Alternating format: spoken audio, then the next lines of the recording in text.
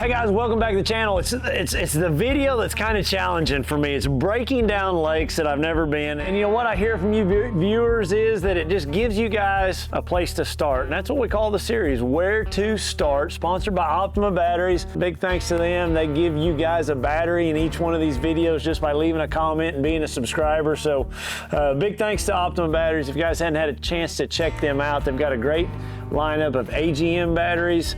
Then if you want to make the step up to lithium, they've got awesome lithium batteries. So I say all that because man, they're great batteries. I believe in them, but also for the fact that you guys have an opportunity to win one. So it will be an AGM battery. Unfortunately, we're not giving away lithium batteries, but still a great battery. I've got some and some equipment out at the pecan farm that 8-9 years still running strong. So all right, with that, enough said. Let's get into the lakes. These are 3 lakes that you guys had sent in last month's video, and they're kind of challenging lakes. I got to be honest with you, they're really challenging, but I like a challenge. I like going to a new body of water and figuring out a place where to start. So we got Fontana Lake in North Carolina. There's a deep mountainous lake. It's got salmon and steelhead and all kinds of stuff in it.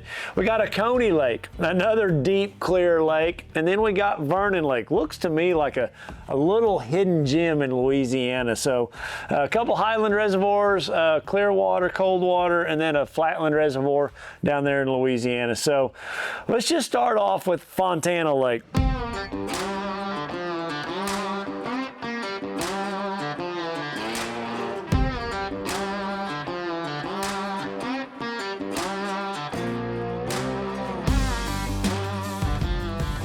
It looks to me like it's about a 10,000 acre lake, a lot of shoreline, really narrow. You know, looking at it here on my sea map, that's what I'm looking down here at. Just deep water, like it's 400 feet deep. I mean, it's just crazy, like crazy. So the things that go through my head in this situation is like, one, the lake, these fish are gonna really live deep. The lake fluctuates, I think, about 60 feet from summer pool to winter pool. That's a lot of water moving in and out of that stuff. So you got a lot of water that comes in it. You know, when you run up and I look up this, it's got a couple, you know, feeder rivers in it, whatever they are. I would have to think those things are cold, like super cold.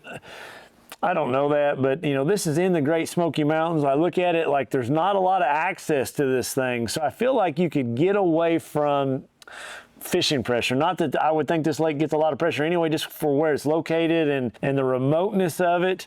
But you know, you could run a long ways from a boat ramp. And you know, I say a long ways, it's kind of relative, you know, it's probably 10-20 miles.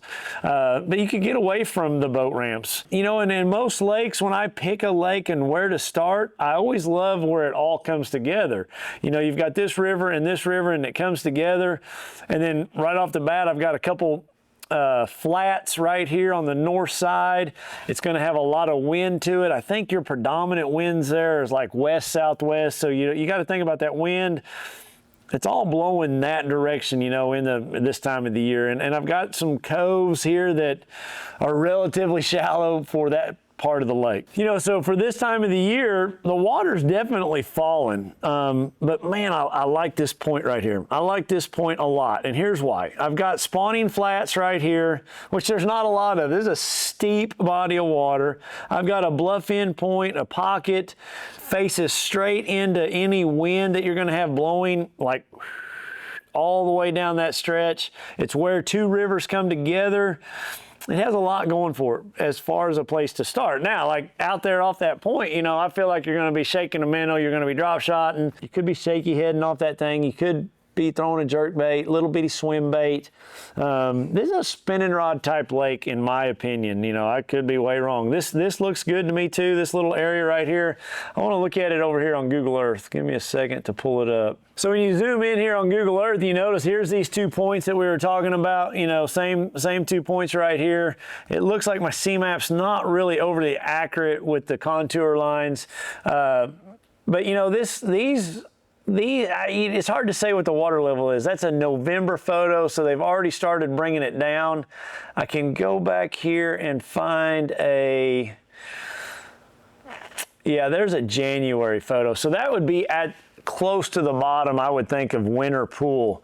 And you can see when you look at those points, there's a lot of rock changes. Like when I start looking around on this lake, you know, you've got clay, you got a hard clay point, but then you got all these rock veins. You got that rock vein that comes out on that thing. So when you put some water back on it, I would have to think some fish relate to it. There's a rock vein right there that's going to stick out. But it's all going to be water level. Like you could do some really serious study and see, like there it is in April, March with the water full. So you could really get on here and Google Earth it and really study and find some neat little rock piles, rock veins, rock changes on this lake.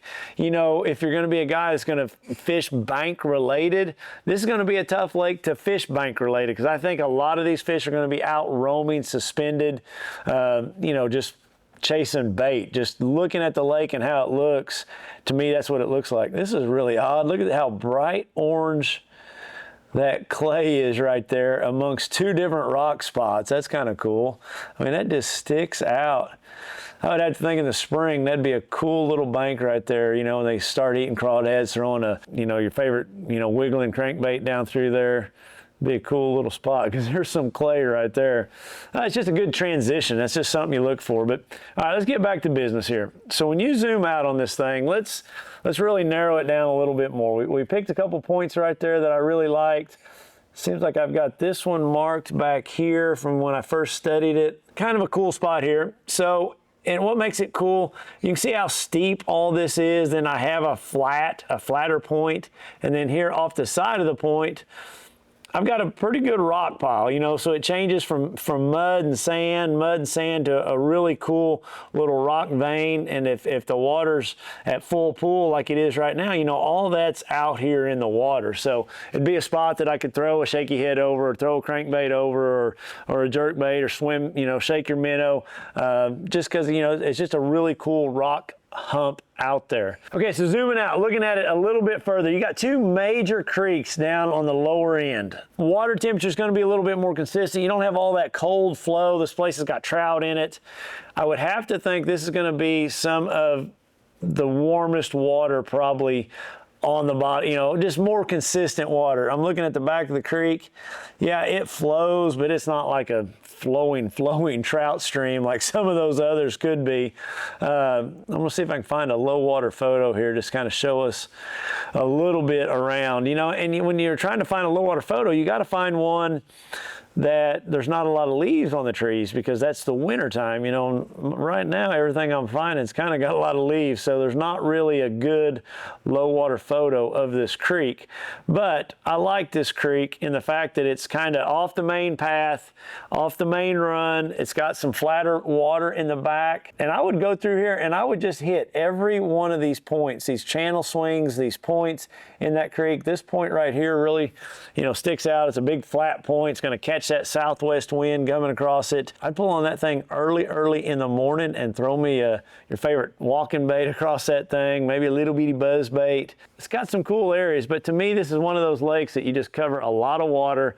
You put your electronics to work, find what depth those bait fish are in, and that's where you need to start fishing, or what zone those bait fish are in, because they could be out in that main lake, they could be off the main lake just inside those creeks, or they could be in the backs of those creeks. So to me, I'm going to spend a lot of time using my Lowrance electronics, finding that bait fish, maybe finding a color change, finding a temperature change, paying attention to that stuff, and then that's where I'm going to start fishing.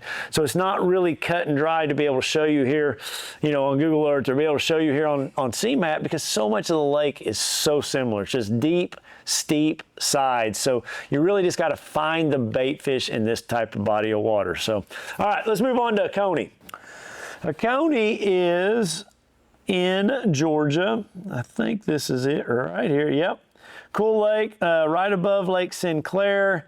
Again, big lake, like goes forever. Really cool lake. So, you know, we're doing this for the month of September, you know, and I zoom in here and I look at this big flat creek back here. Yeah, that could be good. It could be really good in the spring. It could be good in the fall. And let's just go, let me look at it. Okay, zooming in on this, you know, if a fellow wanted to find off-colored water, The back of this creek is going to be the place you could go. It says Little Greenbrier Creek, I think, or Harris Creek maybe. There's a lot of different names here on my sea map. But man, you know, you got to fish to your strengths, and a place to start for me, being from Oklahoma and going to some place that's really clean and clear, I've got a really flat creek with off-colored water, and one of the things that I love to find this time of the year is shallow boat docks. Now, I don't have a ton of them in here, but I have some, so it's a place I could go get started and catch a few fish looking at these shallow docks down through here. Shallow dock, the very last dock in the back of a pocket. They get on that stuff this time of year. Isolated dock. Man, you could come to the back of this creek and run a shallow dock pattern. You can see there's just no water underneath that. So let's put some water underneath it and just show you what it looks like. That's how I know those docks are shallow. You can see going through all these different photos, the water's always off colored, so I can throw my vibrating jig, I can throw, you know, my spinner bait, I can throw a square bill down the sides. That's kind of stuff I'd look for this time of year, you know, to get someplace that I'm comfortable. So there's a place to start in the back of this little, this Harris Creek or whatever you want to call it. Now, let's go on back down the lake. Obviously, we've talked a lot about bridges. Shallow docks doesn't just have to be muddy water. So you come back down here and you could run a dock pattern for days, you know, looking at this. And then I look at this section right here. What is glaring to you? See all this green right here? That's a golf course. Anytime you go to a body of water that has a golf course, leave it in the comments if you guys don't agree with me. Here's the deal. Think about how much fertilizer they put on that golf course. Think about what a bass eats. They eat shad. Fertilizer makes nutrients, plankton, all that stuff when it runs off in the water. Thus, there's a ton of shad. Everywhere I've been across the country, in and around golf courses seems to be really, really good fishing. So that's why I zoom in on this stretch right here, because, you know, in these pockets, in this area, I just feel like there's going to be a lot of bait. It's just worked for me in the past. So zoom in a little closer. Let's look at some of these docks. Do I have some shallow docks in here? I'm going to take some water off of it, see if I can find a low water photo in and around this golf course. It doesn't fluctuate a lot, I can tell you that. Going back through all these photos, there's a kind of a lower water photo. So still, you got this one dock in the back. I don't see really super shallow docks, like just, and probably not, maybe just not in this zone. Like these are some docks that are a little shallower, some seawalls. There's an isolated dock in the back of that pocket. I would have to fish some docks. And I picked an area right there where that golf course is. I would have to do some more looking on here and studying Google Earth. I don't want to take up all y'all's time trying to find some flat docks in here, but generally speaking, all lakes have flat docks. You know, when I say flat docks, just shallower docks, not sitting over a lot of water. So there's a lot of them on here that you could choose from, it looks like. Here's another creek coming in. It's a little bit dirtier, so there's some shallow docks right there. Zoom in right here real quick. Oh yeah. Now it's not over there in that golf course area, but I got some shallow flat docks right there, right there, right there. Look at these back here, really shallow with a ditch going underneath it. So this one here is kind of cool. And the fact the deepest water is actually under that walkway. So when you put water on this, you know, most people pull up and they're just going to fish that portion where that boat's tied up. Well, those fish are going to sit right there, because that's the deepest water underneath that dock. That's going to be the key spot on that dock, and it's 6-8 inches deeper, maybe a foot deeper than the rest of it, but a lot of times a spot like that gets overlooked, and you just learn that stuff by studying your map, studying your sea map, those kinds of things. So I would definitely try to establish me a dock pattern in October on that lake. The other patterns that I think would shine is just some flat points. It's going to take me a minute just to find something here. Let me, I just want to zoom out and look at the lake real quick as a section where to start. If I had to pick one area to start, here's what I'm looking at. I'm looking at this lake. I've got a big creek arm up here, lots of water, lots. I got a couple big S-bends. We've already talked about way up the river, you know, good area to start. But to me, I could break this section down quicker than I could this big creek arm or the rest of that. And here's why. I've got a shorter creek, a flatter creek in the outside of two big S bends. It's not as big an area. So for me to pick an area to go start and try to run some flat points, bluff ends, docks, all the different things you can run in October, I'm gonna pick that zone right there. I don't even know what the name of this creek is. Maybe Glade Branch. Let's look at it over here on Google Earth. So this is, oh, cool. It's got a couple bridges in it. Got a couple flat islands out here. Man, those would be great places to start. Come throw my top water across them. I like it. I like it a lot. Let's see what else we got. Got a golf course. Can't go wrong, guys. I'm telling you, in and around those golf courses. 100% golf course. Got a cool little secondary point coming off right there. Obviously, we've got a bridge. You could start on that bridge. And what do we have? Another bridge. Where's the opening? Oh, it's got a little bitty opening. Man, that's just a key deal, guys. As big as that lake is and as much wind, you know, that's a little narrow opening. That's always going to have stuff going through it. That's hard not to say, go right there and throw a bait in that thing right off the bat. Another big flat pocket. You know, you got lots of spawning habitat in the back of that pocket. You got off-colored water, you know, more so. But I really like those two humps right there. I got a flat point right there. I got another golf course on the side. I am getting out. Oh, I'm back out to the main lake right here. So that's a short creek. You could do that thing in a hurry. Man, you could just do it in a hurry. You could just hit those, go in there, hit the very last dock in the back of this pocket, hit the next dock. That's how I approach it, guys. I mean, that's where I would start, is in that creek, because I could just hit so much stuff so quickly. Got a big long flat point that runs out right there. Just gonna look at it real quick here through time, see if there's any low water photos of it. Yep, that's the lowest photo right there, October 2011. What you can see there, though, is you can see mud banks that transition to rock. You can see which seawalls have water on it, which ones don't. You can see some riprap at the base of some of those seawalls. So you can learn a lot about the shallow side of fishing this body of water just by studying that one photo. But I like fishing flat points this time of year. I would think it would work out there where you guys are at on this lake. So flat docks, shallow docks, bridge openings. You got some, see how that's pretty cool? You got riprap on that seawall where none of these others you do. When you have that full, those would be underwater. Man, it's a cool lake, a big lake. You could run a pattern on that all day long. It'd be a fun lake to fish. Okay, let's go to the last lake, Lake Vernon. This thing is in Louisiana, right by Toledo Bend. So when you look at it, I got it here on my sea map. Kind of a cool lake. Reminds me a lot of Oconee Lake when I look at it. It's just crazy how much it resembles Oconee Lake. You got a couple cool features that I noticed right off the bat. You got this road, this old road that crosses it on this upper end, just like Oconee Lake. I caught fish off the road that crosses it on Oconee. I would have to fish that road right there pretty much year round. I just think somewhere on that road, there is always going to be fish. When I come down here and I look at the bottom end of this lake, I noticed a couple other road beds. I got an old road that crosses right here with a bridge. I'd have to check that out. That's the right kind of depths, you know, any time of the year to fish. You know, it just looks really, really good to me.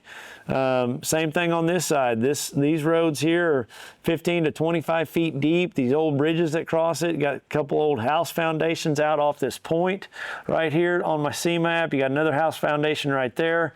You know, that's one thing down there in that part of the country. You don't have a lot of rock other than the dam. So those house foundations can be really key, and especially if you can find one that's shallow, you know, up there in 3, 4, 5 feet of water. So I want to go over here and look at it on Google Earth.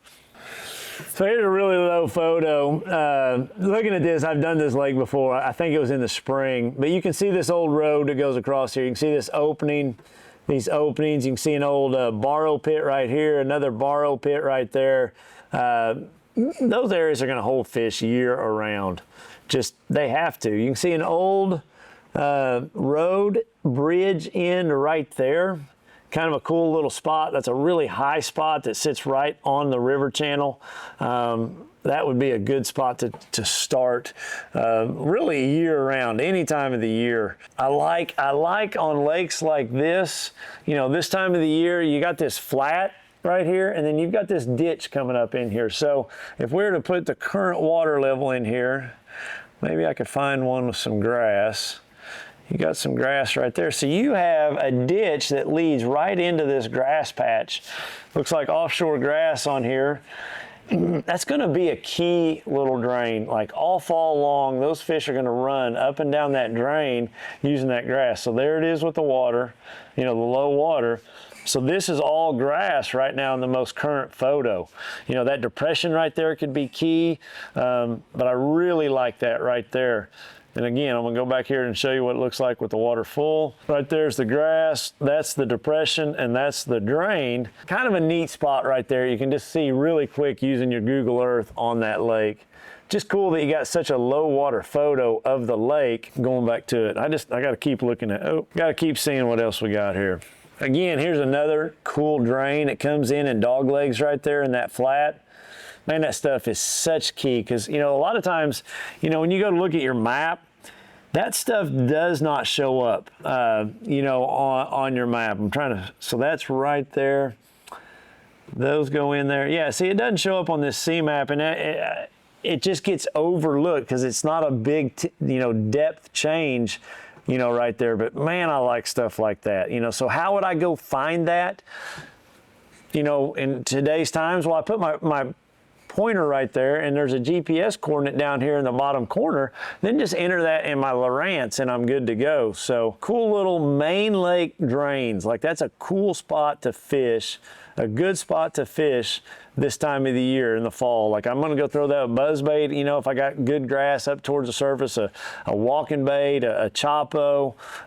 If it's deeper, I'm gonna cast a worm, maybe even flip it if it's deep enough grass to flip it. So there's a few spots to start on Vernon Lake down there in Louisiana. I bet that lake's got some giants in it. So let me know if that helped you. I hope that helped you. Appreciate you guys sending those in. So let's get to the winner right quick. All right, so we randomly went down through here and we are picking a winner, and it is D. Clark 583. He said, I fish grass in southern middle Tennessee. It can be a struggle if the frog bite's not happening. It's not easy. Thanks for the tips.